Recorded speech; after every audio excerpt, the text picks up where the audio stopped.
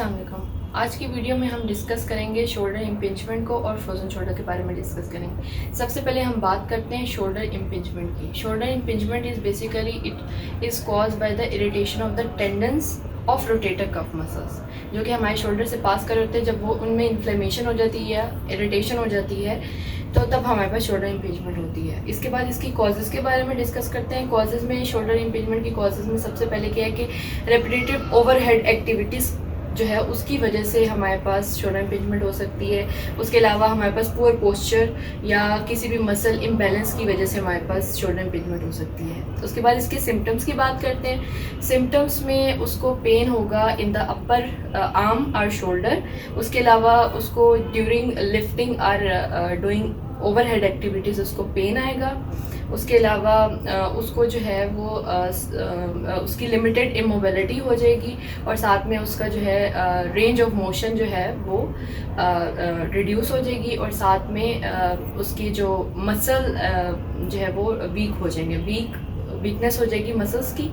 अब हम बात करते हैं ट्रीटमेंट के बारे में। शोल्डर इम्पिंजमेंट में ट्रीटमेंट जो हम करवाएंगे, सबसे पहले आ जाता है physical therapy treatment. Physical therapy treatment में हम पेशेंट को क्या ऐसी एक्सरसाइजेज गाइड करेंगे जिससे उसकी मसल्स को स्ट्रेंथनिंग हो, उसके अलावा उसकी मोबिलिटी इन्हांस हो और उसकी पोस्चरल करेक्शन भी एक्सरसाइजेज जो हैं वो इंक्लूड करवाएंगे और मसल्स को भी स्ट्रेंथन करेंगे।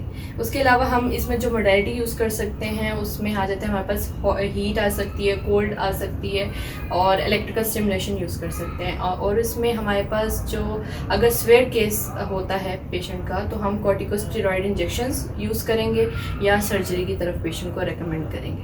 अब हम बात करते हैं फ्रोजन शोल्डर के बारे में। Frozen shoulder it is basically characterized by the inflammation of the shoulder capsule, या हमारे पास इरिटेशन हो जाती है हमारे पास जॉइंट कैप्सूल की या स्कारिंग हो जाती है शोल्डर जॉइंट की। ठीक है, अब इसमें हमारे पास जो इसकी कॉजेज़ आती हैं, कॉजेज़ में हम किसी भी ट्रॉमा की वजह से कोई इंजरी हो गई है, डायरेक्ट ब्लो लगा है पेशेंट को, तब हमारे पास फ्रोजन शोल्डर हो सकता है। डायबिटीज़ के केस में हमारे पास फ्रोजन शोल्डर मोस्ट कॉमन होता है। उसके अलावा हमारे पास पेशेंट जो है वो प्रोलॉन्ग यूज़ ऑफ स्लिंग की वजह से इमोबिलाइज रहा है उसका बाजू, तो उसकी वजह से हमारे पास फ्रोजन शोल्डर हो सकता है। अब हम इसके सिम्टम्स की बात करते हैं। पेशेंट को सबसे पहले जो होगा फॉरमोस्ट सिम्टम क्या है, पेन इसको होगा होल्ड शोल्डर जॉइंट में। उसके अलावा पेशेंट जो है वो उसकी रेंज ऑफ मोशन रिस्ट्रिक्ट हो जाएगी, यानी लिमिटेड मोबिलिटी हो जाएगी। उसके अलावा पेशेंट स्टिफनेस फील करेगा शोल्डर में, उसका बहुत ज़्यादा शोल्डर स्टिफ हो जाएगा।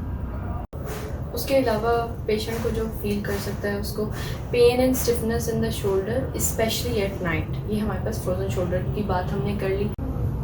अब हम बात करते हैं फ्रोजन शोल्डर के ट्रीटमेंट की। ट्रीटमेंट में सबसे पहले हम फिजिकल थेरेपी ट्रीटमेंट करवाएंगे जिससे उसकी ऐसी एक्सरसाइजेज उसको पेशेंट को गाइड करेंगे जिससे उसके मसल स्ट्रेंथन हो, उसके अलावा मोबिलिटी इन्हांस हो और स्टिफनेस को भी स्टिफनेस जो है उसको रिड्यूस करवाएं। सेकेंड, हमारे पास मोडालिटीज़ हम ऐसे यूज़ कर सकते हैं लाइक हीट, कोल्ड और इलेक्ट्रिकल स्टिमुलेशन यूज़ कर सकते हैं। थर्ड में हम उसको कॉर्टिकोस्टेरॉइड इंजेक्शंस यूज़ करवा सकते हैं इन स्वेयर केसेस, या सर्जरी की तरफ हम लेके जाएंगे। आज अभी इस वीडियो में हमने जो डिस्कस किया, हमने सबसे पहले शोल्डर इम्पिंजमेंट को देखा कि शोल्डर इम्पिंजमेंट क्या है, उसकी कॉजेज़ क्या हैं, उसके सिम्टम्स क्या हैं, उसका ट्रीटमेंट क्या हो सकता है। फिर हमने फ्रोजन शोल्डर के बारे में पढ़ा जिसमें हमने उसकी कॉजेज़, सिम्टम्स और ट्रीटमेंट को डिस्कस किया। बात करते हैं कि differences between the shoulder impingement and frozen shoulder. Shoulder impingement और फ्रोजन शोल्डर में सबसे की डिफरेंस, सबसे फॉरमोस्ट क्या है कि शोल्डर इम्पिंजमेंट जो है वो हमारे पास it is mainly caused by the irritation of the tendons, whereas frozen shoulder is caused by the irritation of the or inflammation of the shoulder joint capsule or scarring of the shoulder joint. Second, हमारे पास की difference आ जाता है कि pen का pen हमें shoulder impingement में तब होगी ड्यूरिंग स्पेसिफिक मूवमेंट्स पेशेंट जो है वो फील करेगा पेन, जबकि फ्रोजन शोल्डर में पेशेंट फील करेगा pain specially during at night and due to stiffness of the shoulder, जिसकी जो ग्रेजुअली हमारे पास इंक्रीज हो रही होती है फ्रोजन शोल्डर के केस में। थर्ड की डिफरेंस हमारे पास जो आता है शोल्डर इम्पिंचमेंट और फ्रोजन शोल्डर में, उसमें हमारे पास ट्रीटमेंट अप्रोच का डिफरेंस आता है। Treatment in the shoulder impingement के हमने वो एक्सरसाइजेस और ट्रीटमेंट पे फोकस करना है जो कि शोल्डर उसके मसल्स को स्ट्रेंथन कर सके, पोस्चर को इन्हांस कर सके और मसल इम्बैलेंस को इम्प्रूव कर सके। जबकि हम लोगों ने फ्रोजन शोल्डर के केस में वो एक्सरसाइजेस करवानी है जिससे हम रीगेन करवा सकें रेंज ऑफ मोशन और उसकी इम्प्रूव रिड्यूस करवा सकें स्टिफनेस को और रीगेन करवा सकें नॉर्मल जॉइंट मूवमेंट्स को। आज की वीडियो में हमने डिस्कस किए शोल्डर इम्पिंजमेंट के बारे में, फिर हमने फ्रोजन शोल्डर के बारे में देखा सेपरेटली, उसके बाद हमने इन दोनों के की डिफरेंसेस देखे। मज़ीद इसी तरह की वीडियो देखने के लिए मेरे चैनल को सब्सक्राइब करें, लाइक करें, शेयर करें and comment as well. Thank you.